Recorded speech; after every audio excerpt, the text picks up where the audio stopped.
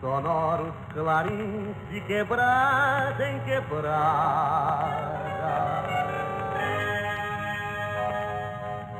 anunciando o raiar de uma nova alvorada.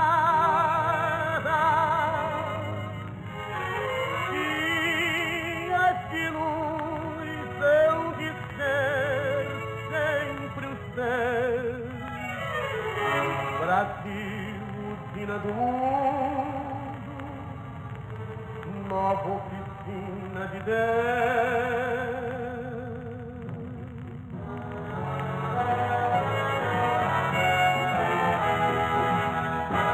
As águas moveram as rodas descendo da serra, as portas lançaram fagulhas vermelhas ao léu, os rolos de fumo subiram do seio da terra, soltando o sol, cingindo o céu, e junto às fornalhas gigantes do mar empunhando, homens de mãos calejadas trabalham cantando.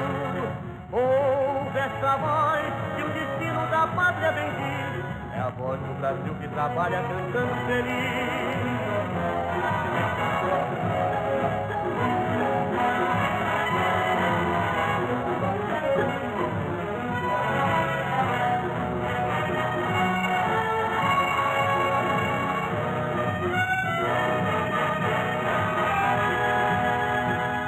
Junto às fornalhas gigantes do mar empunhando, homens de mãos calejadas trabalham cantando.